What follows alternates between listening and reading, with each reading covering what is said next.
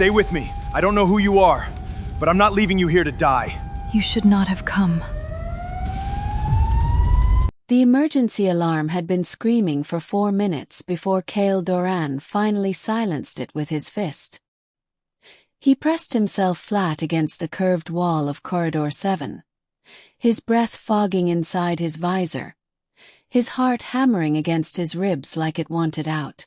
Sparks fell from a torn cable overhead, drifting down in lazy golden arcs, beautiful and dangerous all at once. The ISV Meridian, a deep space freight and research vessel, had taken damage from an uncharted debris field, and right now every living soul aboard was either running toward an escape pod or already gone. Kael was the only one running the wrong direction. He was a senior mechanical engineer, 32 years old, practical to a fault, allergic to sentiment. He believed in equations, in torque ratios, in things that could be measured and repaired. He did not believe in coincidences, in fate, or in stopping for strangers when a ship was actively falling apart around him. And yet here he was, moving deeper into the burning corridor, because 30 seconds ago, through the smoke and the noise and the chaos, he had heard something that stopped him cold. Sound. Almost swallowed by the alarms. Someone was still breathing down here. He rounded the bend in the corridor and stopped. She was sitting propped against the far wall, half collapsed. One leg stretched out at an angle that told him immediately it was either broken or badly hurt. She wore a combat suit, yellow and charcoal gray, armored at the shoulders and thighs, marked with a symbol he didn't recognize. Crest. Circular, intricate, the kind of design that wasn't military standard and wasn't corporate either. Her skin was the color of a winter sky just before dawn, pale blue, luminous even in the dim emergency lighting. Her hair was long and violet, loose now, spilling across her shoulder and down her arm. There were faint markings on her face, delicate lines just below her cheekbones, like constellations drawn in a language he couldn't read. She was not human, and she was bleeding heavily from a wound in her abdomen. Her gloved hand pressed uselessly against it, dark red soaking through the yellow panels of her suit. Kael dropped to his knees in front of her. His training kicked in before his fear did. "Hey," he said, his voice sharper than he intended. "Stay with me. I don't know who you are, but I'm not leaving you here to die." Her eyes opened. They were silver. Not gray, not pale blue, but actual silver, like mercury held in glass. They focused on him slowly, the way a person's eyes do when they're fighting through pain to find something worth focusing on. "You should not have come," she whispered. "Well, I did," he said, already pulling the emergency medkit from his belt. "So let's argue about it later." Her name, he would learn, was Lyra Vaen. But that was not the name the galaxy knew her by. He worked quickly, sealing the wound with a thermal compound from his kit. His hand steady despite the fact that the ship groaned around them like a wounded animal, and a second explosion somewhere below them sent vibration rattling up through the floor. He'd done field repairs on machinery in worse conditions. He told himself a person wasn't so different. She watched him the entire time, not with the vacant stare of someone slipping away, but with quiet, deliberate attention, like she was studying him, like she was making a decision about him.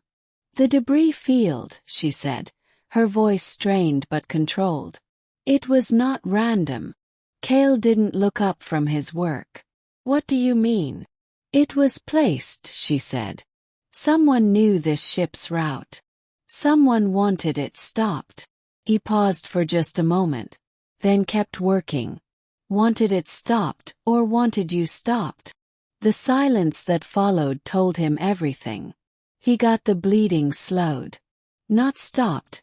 She needed real medical equipment for that, but slowed enough to buy time. He helped her to her feet, taking most of her weight on his left side, and they began moving. She was taller than he'd realized, nearly matching his height, and she moved with a kind of dignity even now, even hurt, even leaning on a stranger in a burning hallway. "There's an emergency shuttle," he said. "Secondary bay, deck 4.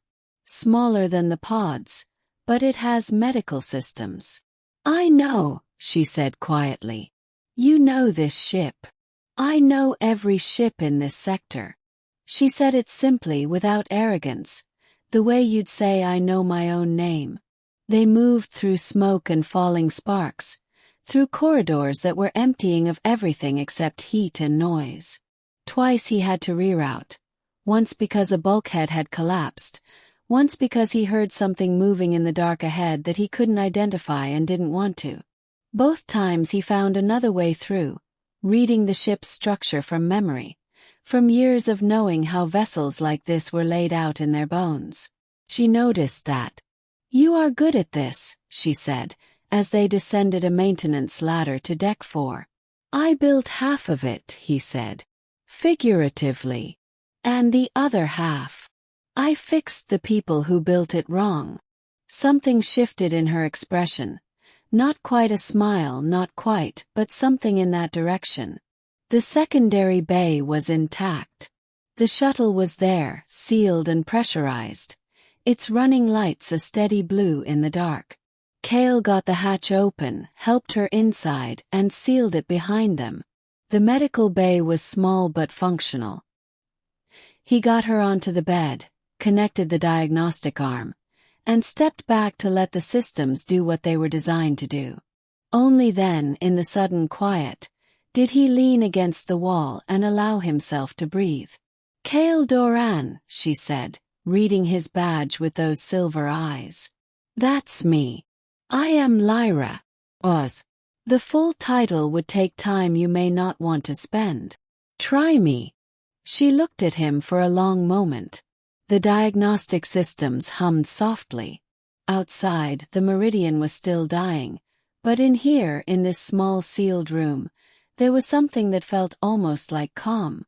"Empress Lyra Vaen," she said. "Sovereign of the Vaen continuum. Ruler of 11 systems across the outer spiral." She said it evenly, like a fact, like coordinates. "I was traveling in secret. I have enemies who did not want me to reach the summit on Helix Station. It appears they found me." Kael was quiet for a moment. "An empress," he said. "Yes. Traveling alone. No guards. On a freight ship. Secrecy requires sacrifice." He nodded slowly, processing. Then he pushed off the wall and moved to the pilot's seat. "All right, Your Majesty," he said, pulling up the navigation.